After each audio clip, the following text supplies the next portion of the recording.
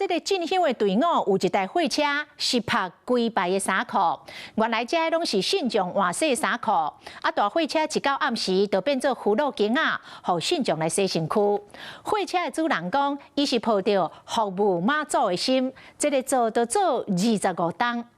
有高齡80多歲阿嬤，今年因為腰受傷無法度行路，就坐伊的貨車完成追隨媽祖的心願。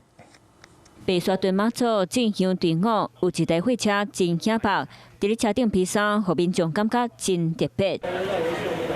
環島信徒暗時夜衫拍白搭，趁臨時洗車跟隊媽祖，甲衫披佇咧車頂。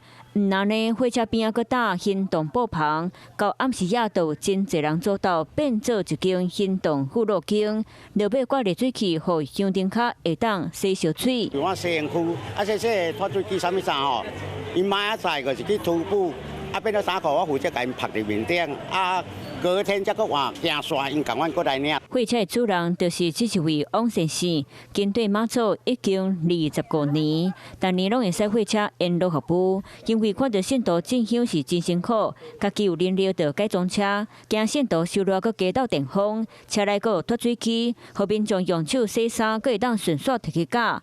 王先生嘛甲信徒鬥披衫。替媽祖來照顧。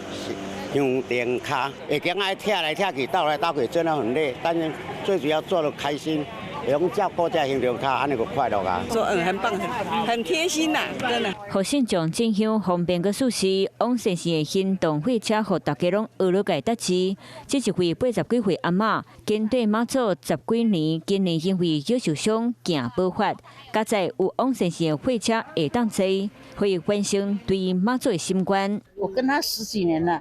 我就是每年就是坐在這裡，本來我都去走路嘛，我現在腰受傷沒辦法走，我就在這裡看着人家上車下車安全啦。王先生的貨車佇咧進香隊伍來回走耍，多算人一家吵，互相放伴人情味，正做進香活動上美麗風景。Hello， 我是莊慧琪。想要搶先掌握最及時的新聞資訊嗎？趕快訂閱、按讚、開啟小鈴鐺，鎖定華視新聞 YouTube 頻道。